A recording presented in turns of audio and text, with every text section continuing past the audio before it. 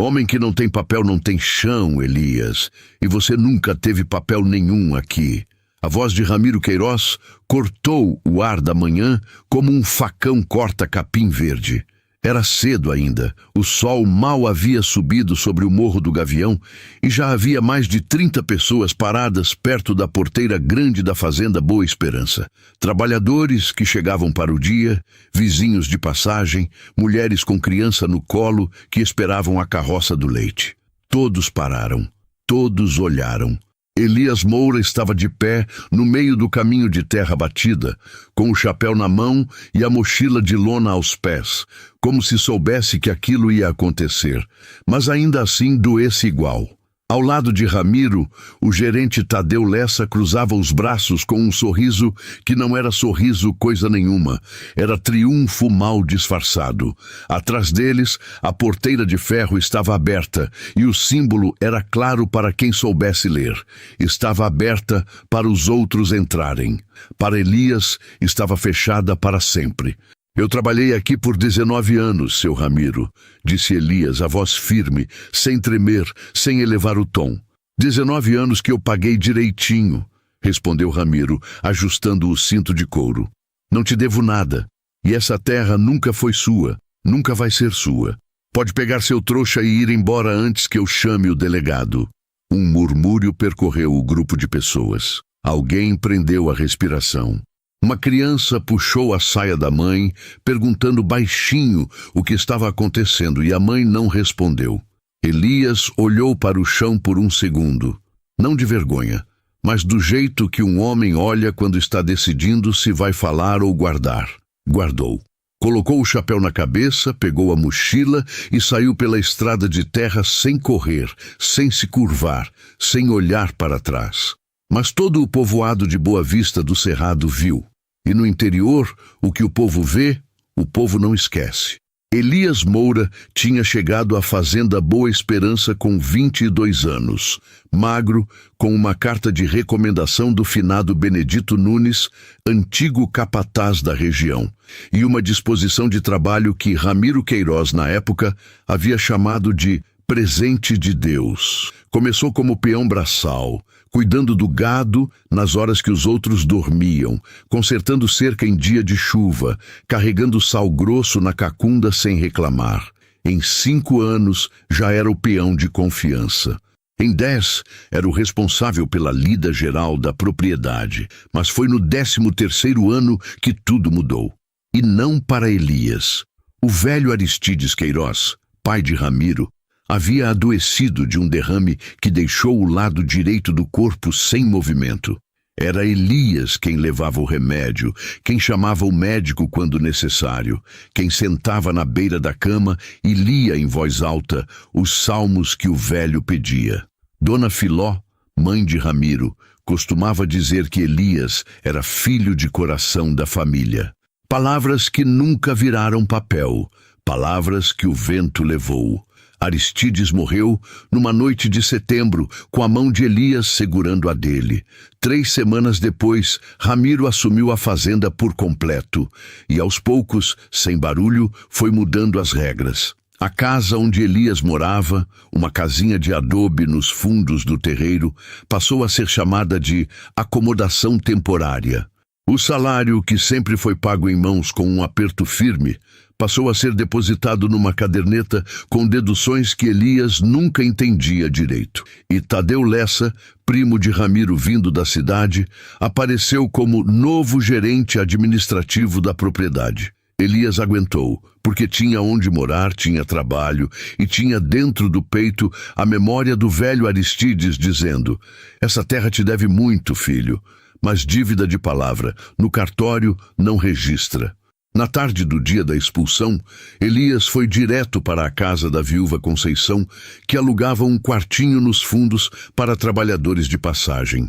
Ela o recebeu sem perguntar nada, colocou um prato de feijão na mesa e uma vela acesa no oratório. "Fica aqui enquanto precisar", disse ela simplesmente. Elias comeu em silêncio. Depois, quando Conceição foi para o quarto, ele abriu a mochila de lona com cuidado e tirou um envelope amarelado que carregava há anos dentro de um pano dobrado. Dentro do envelope havia uma carta manuscrita com a caligrafia trêmula de quem já não tinha força no pulso, mas tinha clareza na cabeça. Era a letra do velho Aristides. Elias leu de novo, pela 100ª vez talvez, as palavras que o velho havia escrito 2 meses antes de morrer. Ao Elias Moura, que serviu esta terra com honra, quando meu próprio sangue ainda estava aprendendo a andar. Deixo registrado meu desejo de que o lote do fundo, as 43 tarefas entre o córrego do Angico e a cerca velha do vizinho Toninho, seja transferido ao seu nome em pagamento justo pelos anos de trabalho e lealdade. Que Deus e o cartório sirvam de testemunha. Abaixo, a assinatura de Aristides Queiroz, e ao lado, o carimbo desbotado de um tabelião de outra cidade, carimbado, mas nunca registrado formalmente. Elias dobrou a carta com cuidado, colocou de volta no envelope e ficou olhando para a vela por um longo tempo. No dia seguinte, quando o sol ainda estava baixo, ele foi até a casa do padre Ângelo. "Padre", disse ele, tirando o chapéu, "o senhor conhece algum advogado que ainda acredita em homem pobre com papel velho?" O padre o olhou por um instante e respondeu: "Conheço um. Ele mora na cidade do Retiro. Mas Elias..." O padre fez uma pausa. "Se esse papel é o que eu estou pensando, você precisa ir logo, porque cartório não espera, mas injustiça também não fica parada." Elias colocou o chapéu de volta na cabeça. "Então vou hoje."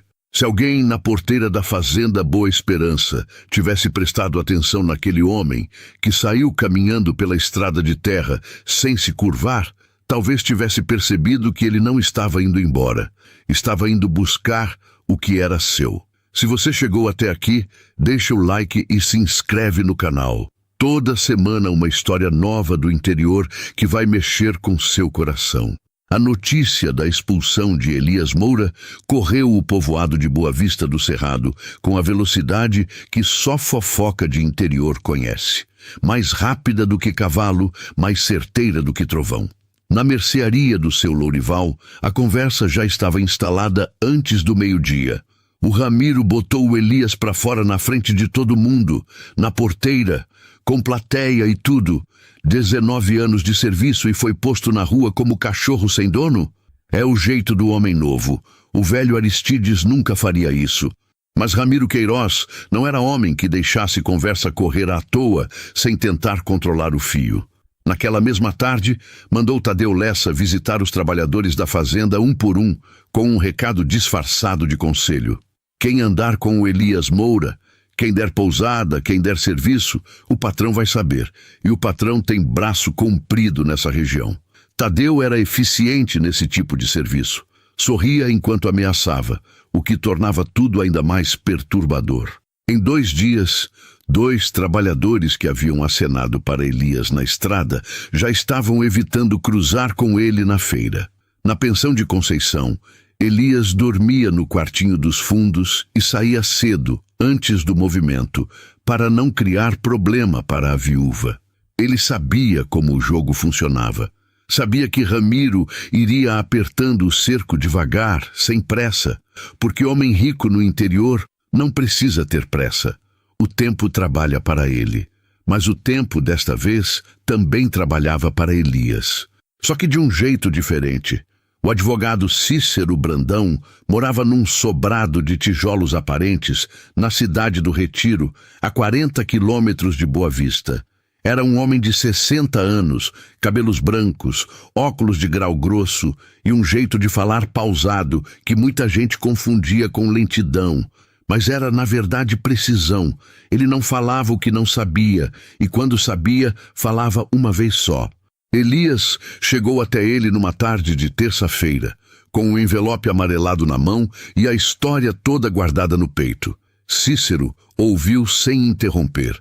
Leu a carta do velho Aristides 2 vezes. Examinou o carimbo com uma lupa pequena que tirou da gaveta. Esse carimbo é do cartório de Santana do Buriti, disse ele, sem olhar para cima. O senhor conhece? Conheço. Cartório pequeno. Fechou há uns 12 anos. Mas os registros foram transferidos para o cartório central de Piedade do Rio. Cícero tirou os óculos e limpou com a camisa. Se essa escritura foi lavrada e o tabelião carimbou, o ato existe. Pode não ter sido registrado na matrícula do imóvel, mas o ato notarial existe. E isso muda muita coisa. Muda o suficiente para eu ter direito àquele lote? Cícero o olhou por um longo segundo. Muda o suficiente para a gente perguntar ao juiz. Fez uma pausa. Elias, eu preciso que o senhor me diga uma coisa com honestidade. Tem mais alguém que sabe dessa carta? Elias pensou. Pensou no padre Ângelo, que sabia da existência de um documento, mas não dos detalhes. Pensou no velho Aristides, que havia morrido. Pensou em Dona Filó, e então parou. A mãe do Ramiro, disse ele devagar. Dona Filó, ela estava presente quando o velho me entregou essa carta. Ela assinou como testemunha. Cícero abriu um sorriso discreto que era claramente o sorriso de um homem que acabou de encontrar o fio que precisava. Então precisamos visitar Dona Filó antes que alguém pense em visitar ela primeiro. O problema era que Dona Filó não morava mais na fazenda Boa Esperança. Depois da morte do marido, Ramiro havia convencido a mãe a se mudar para a casa da cidade, em Boa Vista mesmo, dizendo que era para ela ter mais conforto, médico perto, companhia. Na prática, era para tirá-la da fazenda. E Elias suspeitava agora para afastá-la de qualquer memória inconveniente. Dona Filó tinha 73 anos. Artrite nas mãos e uma memória que, ao contrário do corpo, não havia envelhecido nada. Elias foi visitá-la numa quinta-feira à tarde, sozinho, sem avisar o advogado, porque algumas conversas precisam acontecer de pessoa para pessoa, sem papel entre elas. Ela abriu a porta e ficou olhando para ele por um longo momento. Elias, disse ela com a voz de quem está vendo um fantasma que tinha saudade. Dona Filó. Com licença. Ela o fez entrar, preparou café sem perguntar se queria e sentou na cadeira de balanço da sala com os joelhos cobertos por um xale de crochê. Na parede, uma foto do velho Aristides, numa moldura dourada. Eu sei por que você veio, disse ela antes que ele abrisse a boca. O senhor Aristides me deixou um documento, Dona Filó. O senhor estava lembrada? Ela ficou em silêncio por tanto tempo que Elias começou a se perguntar se havia cometido um erro. Mas então ela disse, com a voz firme como a de uma mulher que passou décadas guardando coisas pesadas. Eu lembro de cada palavra que meu marido disse naquele dia. Ele estava com a cabeça mais clara do que o Ramiro gosta de acreditar. Ela olhou para a foto na parede. Meu filho é meu filho, mas o que é errado é errado. Aristides sabia o que estava fazendo. A senhora assinaria uma declaração para o advogado? Dona Filó olhou para as próprias mãos deformadas pela artrite. Minhas mãos ainda seguram caneta, Elias. Mas enquanto Elias construía seu caminho em silêncio, Ramiro Queiroz não estava parado. Tadeu Lessa havia contratado, sem deixar rastro claro, um homem da cidade de Piedade do Rio para verificar a situação documental da propriedade. Na prática, para descobrir se havia alguma pendência que precisasse ser resolvida antes que alguém resolvesse do lado de fora. O homem voltou com uma informação que fez Ramiro apertar o copo de cachaça na varanda. Tem um registro de ato notarial no cartório de Santana do Buriti referente a uma transferência de lote dentro da Boa Esperança. Consta nos arquivos de Piedade do Rio. Ainda não foi judicializado, mas o ato existe. Ramiro ficou em silêncio por um tempo. Depois disse, baixinho. Então precisamos resolver isso antes que alguém resolva por nós. Tadeu entendeu. No dia seguinte, foi até o cartório de Piedade do Rio com uma pasta de documentos e uma história sobre regularização administrativa da propriedade. O escrivão, um homem jovem chamado Délio, recebeu a pasta, verificou os documentos apresentados e então, sem que Tadeu percebesse, fez uma cópia discreta do requerimento e guardou-o na gaveta. Délio havia estudado na mesma escola que Elias Moura havia frequentado por 3 anos, décadas atrás. Não eram amigos próximos, mas conhecia o nome e conhecia a reputação de homem honesto que esse nome carregava. Naquela noite, Délio escreveu um bilhete curto, colocou num envelope e entregou para o motorista da linha que passava por Boa Vista do Cerrado. O envelope era endereçado ao Padre Ângelo. O Padre Ângelo recebeu o envelope numa sexta de manhã, entre a missa das 6 e o café das 7. Leu o bilhete em pé na sacristia, com a batina ainda no corpo. O bilhete dizia apenas: Padre, alguém tentou dar entrada num pedido de cancelamento de ato notarial referente à Fazenda Boa Esperança. O requerimento foi protocolado ontem. Se houver um interessado legítimo nesse ato, ele tem poucos dias antes que o processo siga em frente, sem contestação. D. O padre leu 2 vezes, dobrou o papel com cuidado e foi direto para a pensão de Conceição. Elias estava na varanda, consertando uma alça de couro do arreio que havia trazido na mochila. O tipo de homem que, mesmo sem cavalo, mantém o arreio em ordem porque acredita que as coisas vão mudar. O padre se sentou na cadeira ao lado sem cerimônia. Estendeu o bilhete e disse apenas: Lê. Elias leu. Suas mãos não tremeram, mas os olhos ficaram parados no papel por alguns segundos, além do necessário. Eles sabem do documento, disse ele. Sabem que existe alguma coisa. Não sabem o que você já reuniu. Quanto tempo eu tenho? Délio não disse o prazo exato, mas disse poucos dias. O padre fez uma pausa. Elias, você precisa ligar agora para esse advogado e dar entrada na contestação antes que o pedido dele seja deferido. Elias dobrou o bilhete. Colocou no bolso da camisa junto com a carta do velho Aristides e ficou olhando para a estrada de terra que subia em direção à fazenda no horizonte. Se eu entrar com isso agora, disse ele devagar, o Ramiro vai saber que eu estava me movendo o tempo todo, enquanto ele achava que eu tinha ido embora com o rabo entre as pernas. Sim, concordou o padre, e vai tentar queimar tudo antes que eu chegue. Também. Elias ficou em silêncio por um momento, depois se levantou. Então eu não posso dar entrada primeiro. Ele olhou para o padre. Eu preciso que ele se mova primeiro. Preciso que ele assine alguma coisa, porque se ele assinar um documento tentando cancelar um ato que ele mesmo herdou do pai, ele está confessando que sabia da existência desse ato. E aí, Elias fez uma pausa. Aí, ele não está só errado. Ele está mentindo em cartório. O padre Ângelo ficou olhando para o peão por um longo tempo. Você pensou muito nisso, disse ele finalmente. Eu tive 19 anos para aprender como essa família funciona. O risco da estratégia era imenso. Se Ramiro conseguisse cancelar o ato antes que Elias contestasse, o documento do velho Aristides perderia força legal e o processo viraria uma batalha longa, cara e incerta. E Ramiro tinha dinheiro para batalhas longas. Elias não tinha.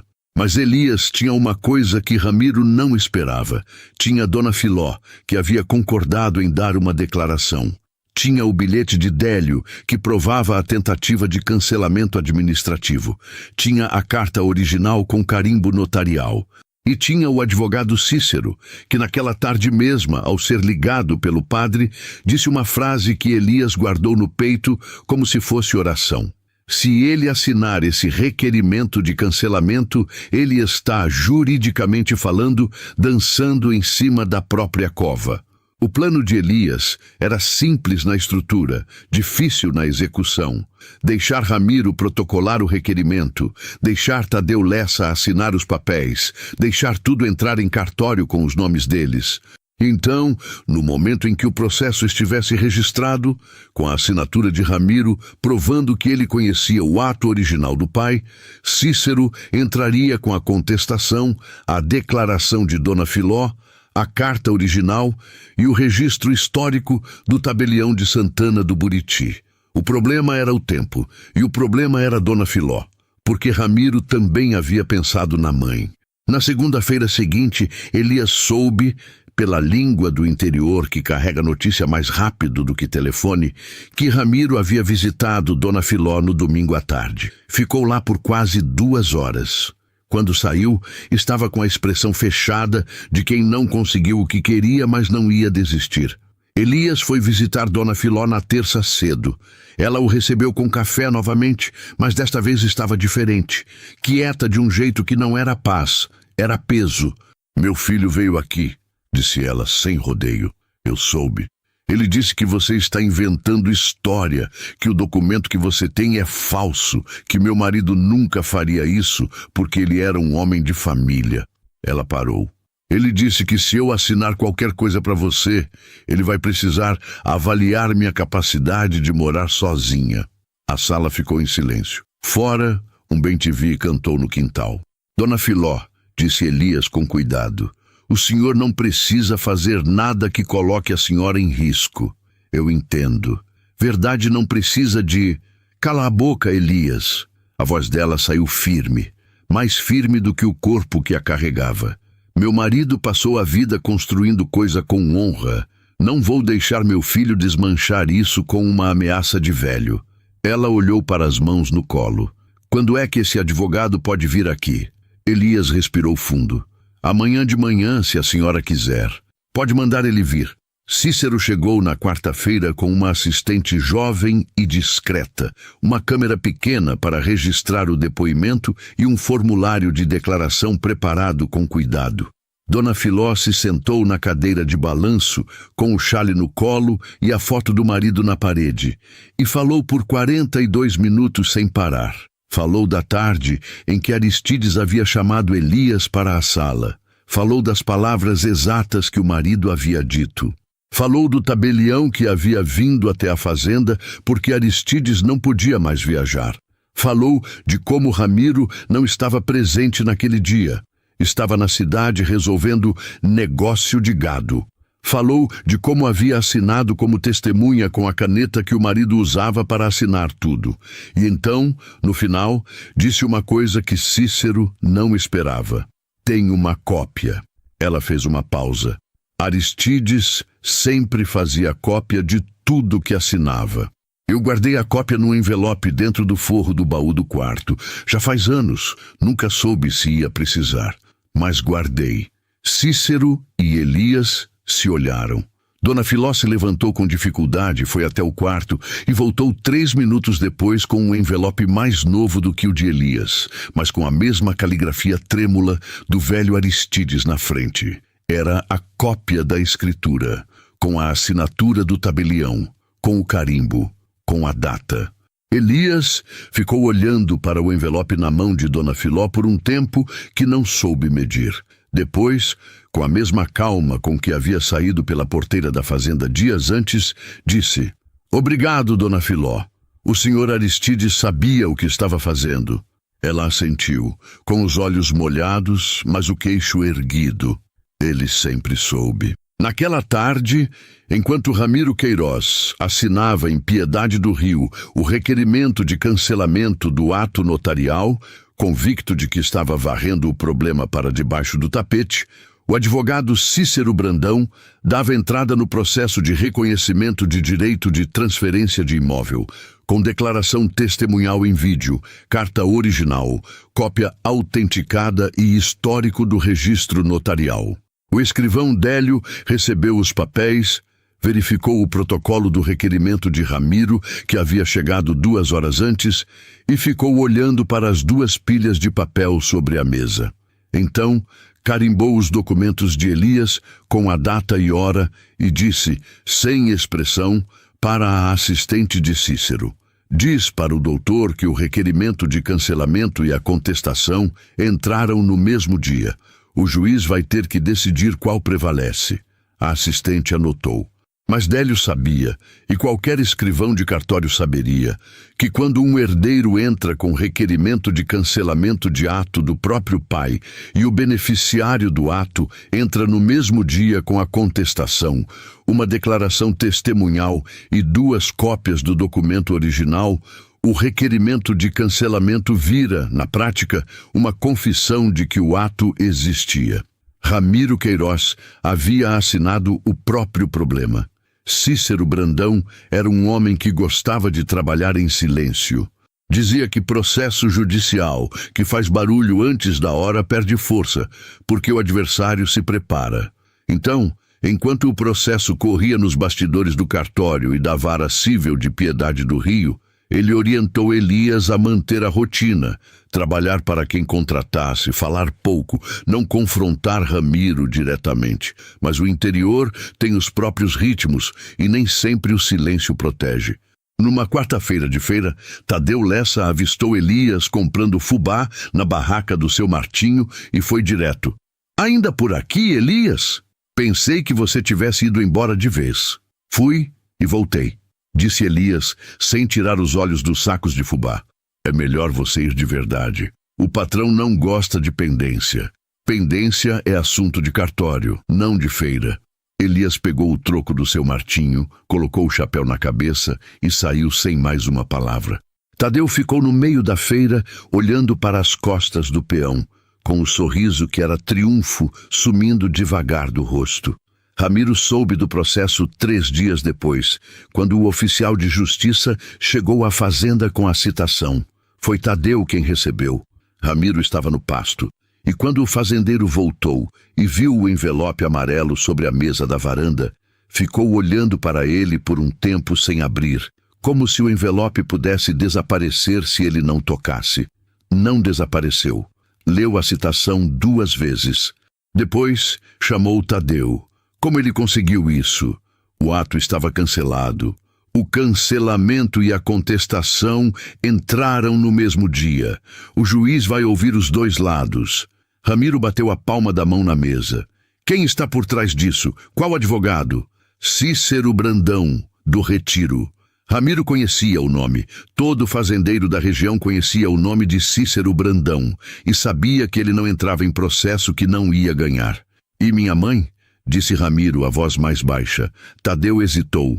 "Ela prestou depoimento, em vídeo. O silêncio que se seguiu foi do tipo que pesa." Ramiro passou os dias seguintes tomando decisões erradas com a urgência de quem está perdendo o chão. Primeiro, mandou Tadeu visitar 2 trabalhadores que poderiam ter visto o tabelião chegar à fazenda anos atrás, para conversar sobre o que eles lembravam ou não lembravam. Um deles, o velho Feliciano, ex-peão que havia trabalhado com Elias por anos, recebeu Tadeu na porta da casinha e disse simplesmente: "Não vendo memória, não. Pode ir embora." Segundo erro, Ramiro foi pessoalmente até o cartório de Piedade do Rio, sem advogado, e tentou falar diretamente com o escrivão para verificar os trâmites. Delio o recebeu com toda a formalidade devida. Explicou que o processo estava sob segredo de justiça parcial e que qualquer comunicação deveria ser feita por intermédio do advogado constituído. Ramiro saiu vermelho, sem conseguir nada além de deixar registrado, nos olhos de quem estava na fila, que estava nervoso. Terceiro erro, e o mais grave, mandou um bilhete para Dona Filó dizendo que precisava conversar com urgência sobre a situação da casa onde ela morava, insinuando que a propriedade da casa poderia precisar ser revista. Dona Filó ligou para o padre Ângelo no mesmo dia. O padre ligou para Cícero, e Cícero adicionou o bilhete ao processo como prova de intimidação de testemunha. Ramiro estava, como havia dito o advogado, dançando em cima da própria cova. Enquanto isso, Elias trabalhava. Havia conseguido serviço temporário na fazenda do vizinho Toninho. Curiosamente, justamente o Toninho, cuja cerca velha era o limite do lote que Aristides havia deixado para ele. Toninho era um homem pequeno, calado e justo, que havia dito ao contratar: "Eu sei o que está acontecendo, Elias. Você trabalha aqui enquanto precisar." Num sábado, enquanto estavam consertando a cerca exatamente na divisa, Toninho parou, olhou para o lado de lá, para a terra que pela carta do velho Aristides era de Elias, e disse: "Meu pai foi testemunha quando o tabelião veio aqui, sabia?" Elias parou de pregar o arame. Seu pai, ele era o vizinho. O tabelião precisava de 2 testemunhas. Meu pai foi uma delas. Toninho fez uma pausa. Ele morreu já faz 6 anos, mas deixou caderno de anotações. Eu tenho. Elias ficou olhando para o homem por um longo momento. Você estaria disposto a levar esse caderno ao advogado? Já liguei para ele ontem, disse Toninho, voltando a pregar o arame. Ele vem na segunda. Cícero recebeu o caderno de anotações do pai de Toninho com a expressão de quem está vendo o último tijolo de uma parede se encaixar. E as anotações eram simples: data, descrição do evento, nomes presentes, mas eram detalhadas o suficiente para corroborar cada elemento do ato notarial. A presença do tabelião, os nomes das testemunhas, a natureza do documento assinado, a hora e o dia. Com isso, o processo de Elias tinha a carta original, a cópia de Dona Filó, a declaração em vídeo de Dona Filó, o caderno de anotações do vizinho falecido, o depoimento de Toninho como testemunha viva e o registro histórico do cartório de Santana do Buriti. Contra tudo isso, Ramiro tinha o requerimento de cancelamento que havia assinado ele mesmo, que provava que ele sabia da existência do ato. Cícero marcou uma reunião com Elias num dia de sol forte e disse, tirando os óculos: "Eu vou pedir ao juiz uma audiência de conciliação antes do julgamento. É praxe. Ramiro vai ter que aparecer, e quando ele aparecer, ele vai ver o que temos." Fez uma pausa. "É possível que ele queira acordar. E se ele não quiser acordar? Então levamos para julgamento, e ele perde mais." Cícero colocou os óculos de volta. "Mas Elias, preciso que o senhor entenda uma coisa. Na audiência, é possível que ele tente fazer isso parecer uma questão de família, de saudade do pai, de interpretação equivocada. Ele pode chorar, pode apelar para a memória de Aristides. É o tipo de coisa que ele sabe fazer." Elias assentiu devagar. "Eu sei, mas a verdade não chora, doutor Cícero. Ela só precisa de um dia em cartório." A audiência de conciliação foi marcada para uma sexta-feira, às 14 horas, na Vara Cível de Piedade do Rio. Elias chegou de terno escuro emprestado do Padre Ângelo, apertado nos ombros, largo na cintura, mas limpo e sério. Chegou cedo, sentou na cadeira do lado de fora da sala e ficou quieto, com o chapéu no colo, olhando para a parede. Ramiro chegou 15 minutos depois, com Tadeu Lessa e um advogado de terno cinza que Elias não conhecia. Ao ver Elias na cadeira, Ramiro parou por um segundo, e naquele segundo os dois homens se olharam. Não havia raiva no olhar de Elias. Havia algo mais pesado do que raiva. Havia paciência que chegou ao fim. Ramiro desviou o olhar primeiro. O oficial chamou as partes para a sala. Dentro, sobre a mesa do conciliador, Cícero abriu a pasta e colocou os documentos um por um, em silêncio, como quem está botando cartas na mesa de um jogo que já terminou. O advogado de Ramiro olhou para os papéis. Olhou para o vídeo da declaração de Dona Filó na tela do notebook que Cícero havia trazido. Olhou para o caderno de anotações e então se inclinou para perto de Ramiro e falou baixinho por quase 2 minutos. Ramiro ficou ouvindo com a mandíbula travada. O conciliador perguntou se havia disposição para acordo. O advogado de Ramiro disse que precisaria de prazo para consultar o cliente. O conciliador disse que o prazo era de 48 horas. Quando saíram da sala, Elias e Ramiro se cruzaram no corredor de novo. Desta vez, Ramiro não desviou o olhar de imediato. Ficou olhando por um segundo que parecia mais longo do que era. "Você não desistiu", disse Ramiro, num tom que não era exatamente admiração, mas também não era mais desprezo. "Nunca fui embora, seu Ramiro", disse Elias. "Só fui buscar o que era meu." As 48 horas passaram sem resposta. Cícero não se surpreendeu. Disse a Elias que Ramiro estava apostando que a espera produziria nervosismo, que Elias recuaria, que um homem sem dinheiro eventualmente se cansaria de processo. Era a estratégia clássica do poderoso, deixar o tempo trabalhar contra quem não tem reserva para esperar. Mas Elias tinha algo que dinheiro não compra. Tinha a paciência de quem passou 19 anos acordando antes do sol sem reclamar. O processo seguiu para julgamento. A audiência foi marcada para uma terça-feira, às 10 da manhã. Mas o interior não espera o dia do julgamento para fazer o seu próprio. E o interior de Boa Vista do Cerrado havia acompanhado cada passo dessa história com a atenção que só comunidade pequena dá para conflito grande. No domingo antes da audiência, havia missa na igreja de Nossa Senhora da Guia, a mesma igreja onde Elias havia batizado o filho mais velho de um trabalhador da fazenda, anos atrás, onde havia carregado o caixão do velho Aristides no ombro ao lado dos outros peões. O padre Ângelo celebrou a missa e, ao final, no lugar do aviso de praxe sobre a festa do padroeiro, fez uma pausa e disse: nessa comunidade, um homem trabalhou por 19 anos com honra. Foi humilhado publicamente. E mesmo assim, buscou justiça pelo caminho certo, sem violência, sem mentira, com papel e testemunha. Não vou dizer nome, mas se alguém aqui souber de alguma coisa que possa ajudar um homem justo a ter de volta o que é seu por direito, que fale antes que seja tarde. Depois da missa, 3 pessoas procuraram o padre na sacristia.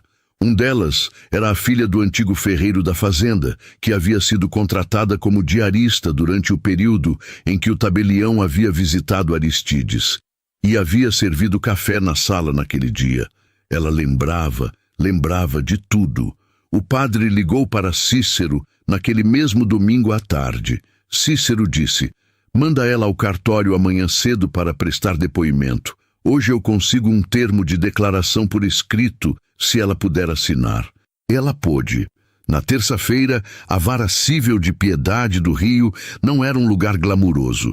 Sala pequena com cadeiras de plástico, ventilador de teto que rangia, uma planta no canto que precisava de água. Mas estava cheia.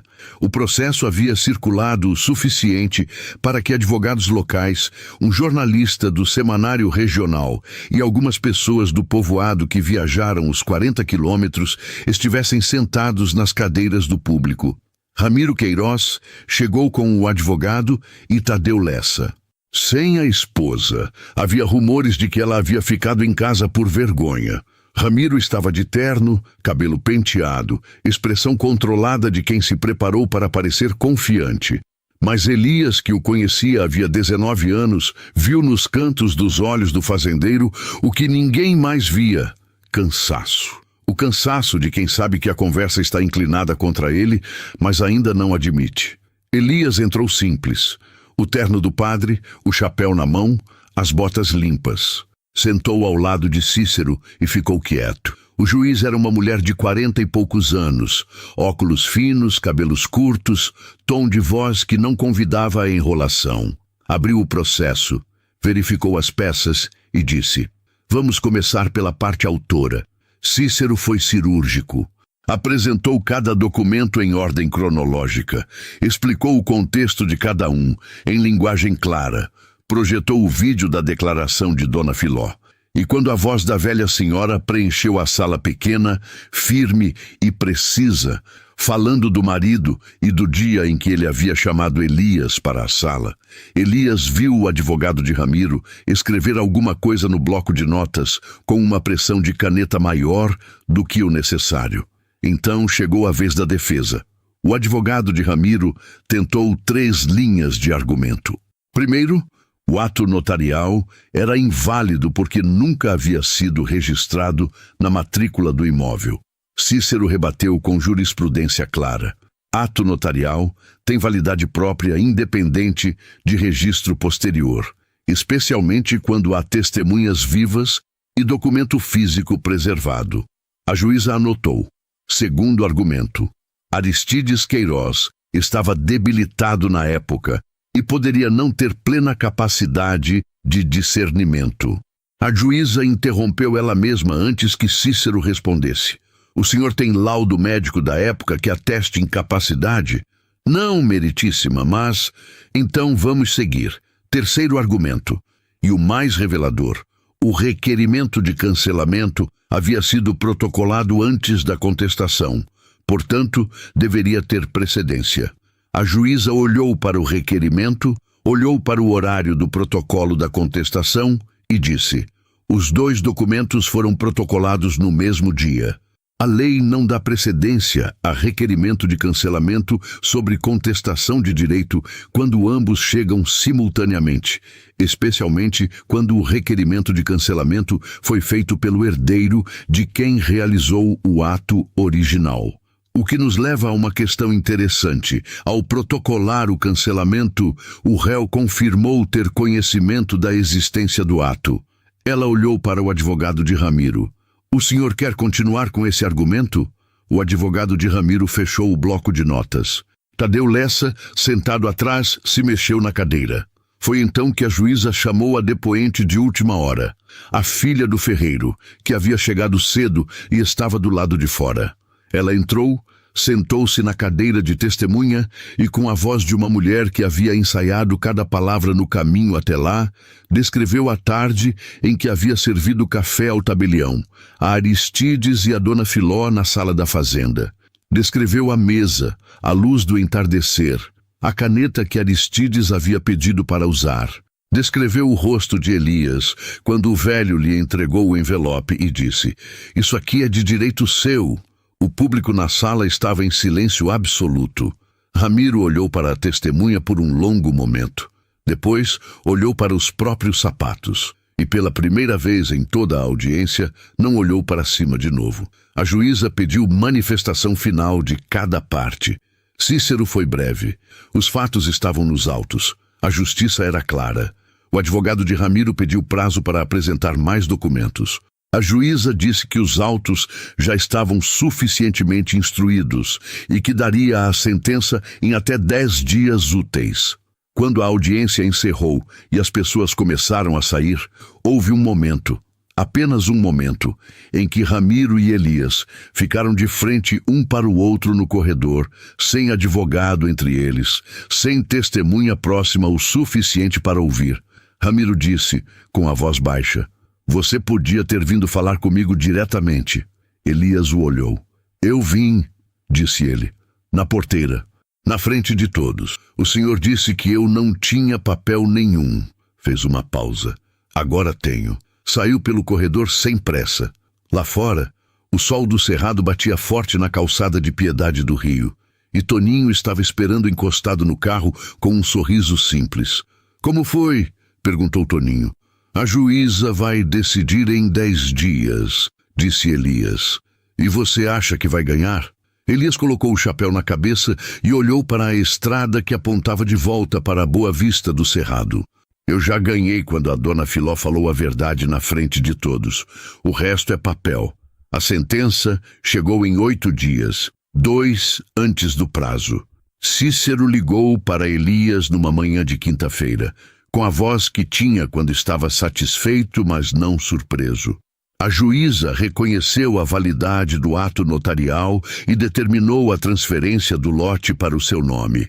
As 43 tarefas entre o córrego do Angico e a cerca do Toninho são suas, Elias. O cartório de Piedade do Rio tem prazo de 15 dias úteis para lavrar a escritura definitiva. Elias ficou em silêncio por um momento. "Tem recurso?" perguntou. "O advogado de Ramiro tem prazo para recorrer, mas com o que está nos autos, qualquer instância superior vai chegar à mesma conclusão, e ele sabe disso." Pausa. "Eu estimo que ele não vai recorrer." Cícero tinha razão.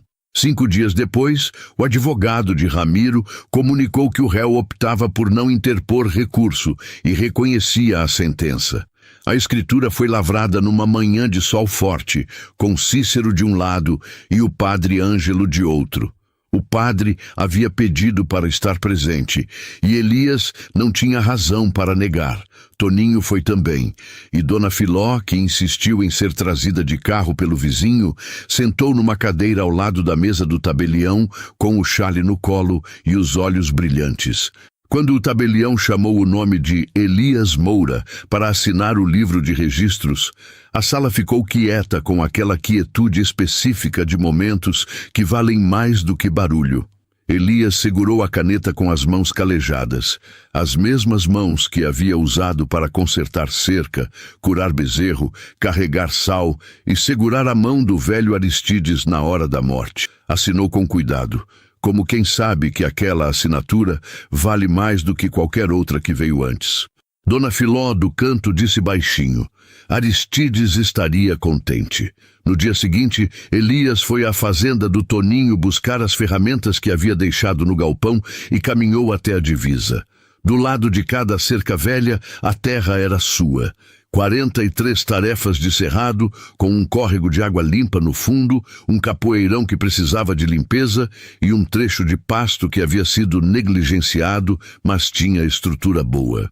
Ficou parado no meio do pasto por um tempo, com o chapéu na mão, sentindo o sol e o vento. Não era a fazenda inteira, não era a Boa Esperança com o curral grande e a casa-sede de varanda ampla. Era um pedaço de terra com um córrego e uma promessa de futuro. Mas era seu, com papel, com assinatura, com carimbo, com a verdade de um homem honesto gravada no livro do cartório para quem quisesse consultar. Elias colocou o chapéu de volta na cabeça e começou a andar pelo pasto, examinando o terreno com os olhos de quem já estava planejando.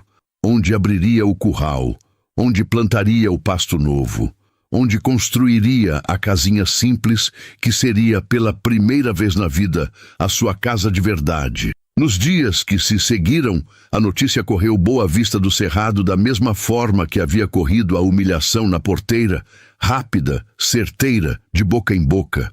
Mas desta vez, o tom era diferente. Havia nas vozes do interior aquela satisfação específica que as pessoas sentem quando a história termina do jeito que devia terminar. Na mercearia do seu Lourival, o Elias ganhou o processo. A escritura está no nome dele. Falei que aquele homem não ia abaixar a cabeça. 19 anos de trabalho. Era de direito mesmo.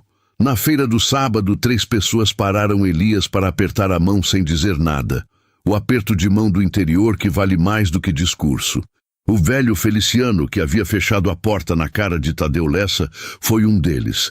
Só apertou a mão e disse: Bem feito. Tadeu Lessa pediu demissão da fazenda uma semana depois, sem explicação oficial.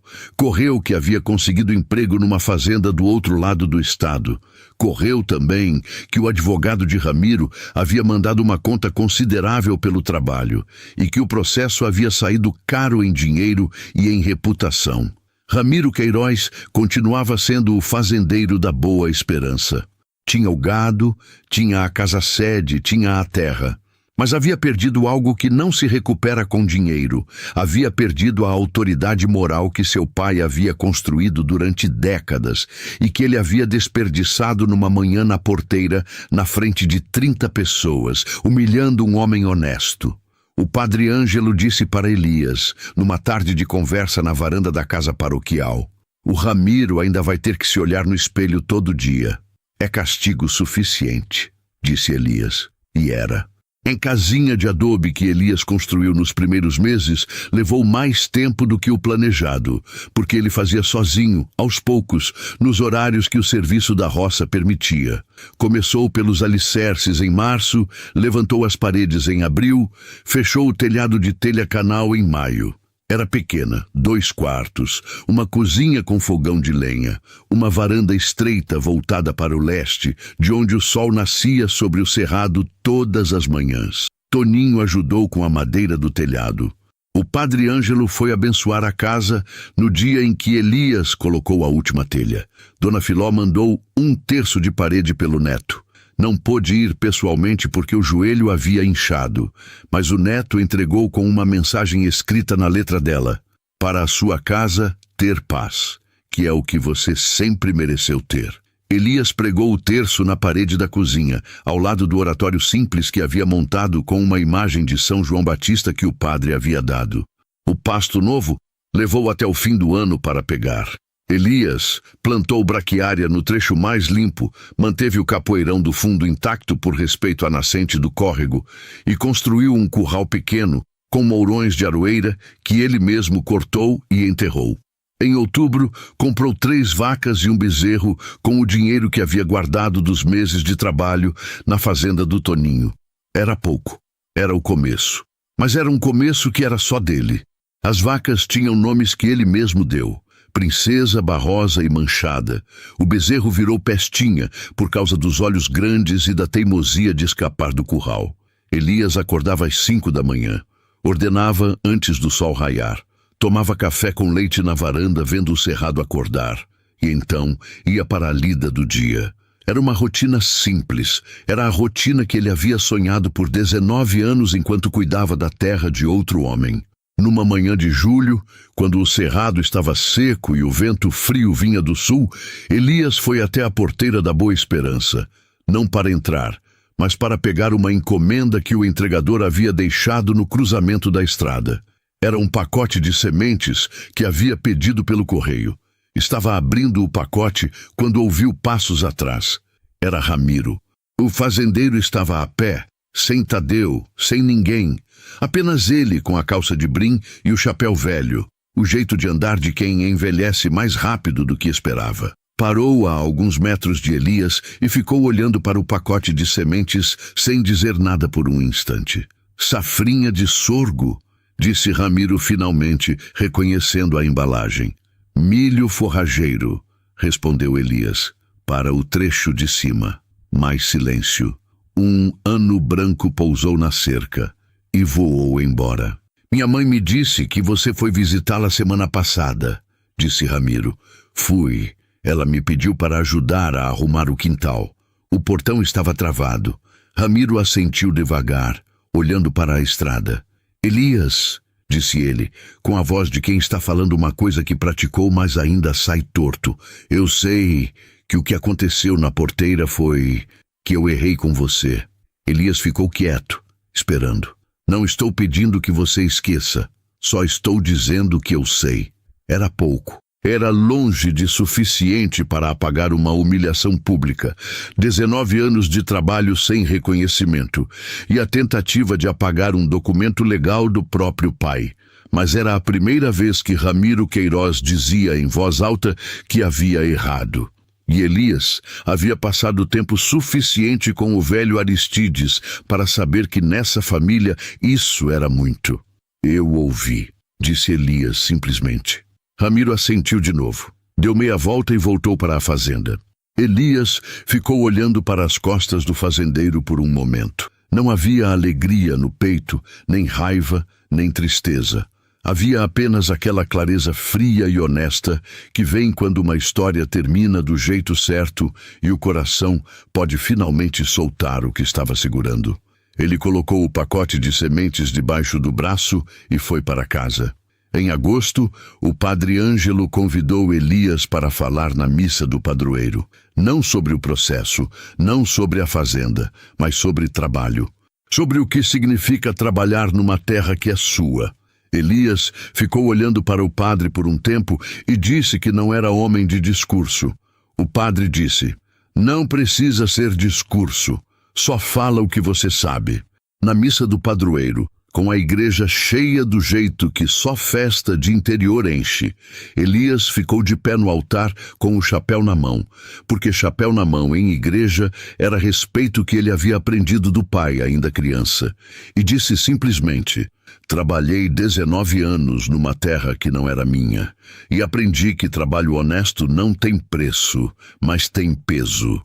Ele pesa dentro da gente o tempo todo. Fez uma pausa. Quando a terra virou minha, o peso não foi embora, mas ficou diferente. Ficou do tipo bom. O peso de coisa que é sua de verdade, que você cuida porque é sua, não porque alguém mandou.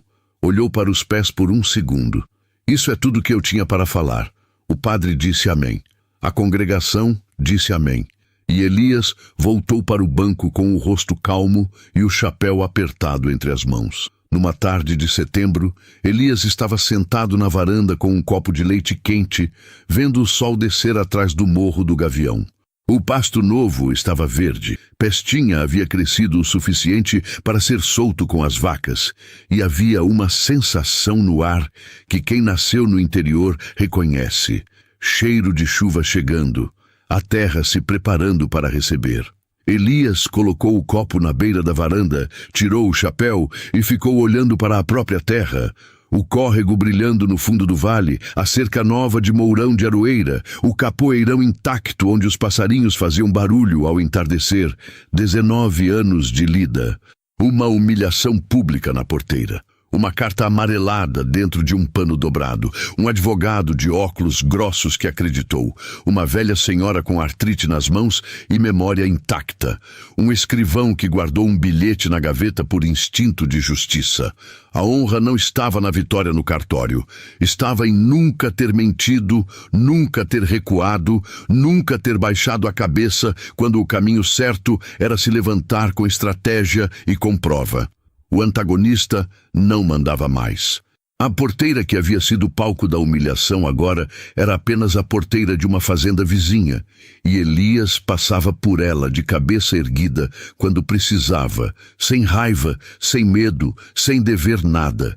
Tinha teto, tinha terra, tinha nome limpo no cartório e respeito no olhar dos vizinhos. Tinha o som do córrego do Angico correndo entre as pedras do fundo do vale, que era o som mais bonito que um homem cansado podia ouvir ao entardecer. Era suficiente. Era mais do que suficiente. Era justo. A chuva chegou naquela noite, como havia prometido o vento da tarde, mansa, constante, molhando a terra nova do lote do Elias Moura, registrada em cartório, assinada com as mãos calejadas de quem nunca desistiu do que era seu por direito. Se essa história tocou seu coração, deixa o like e se inscreve no canal para não perder nenhuma história nova. E conta pra gente, de onde você está assistindo nossas histórias?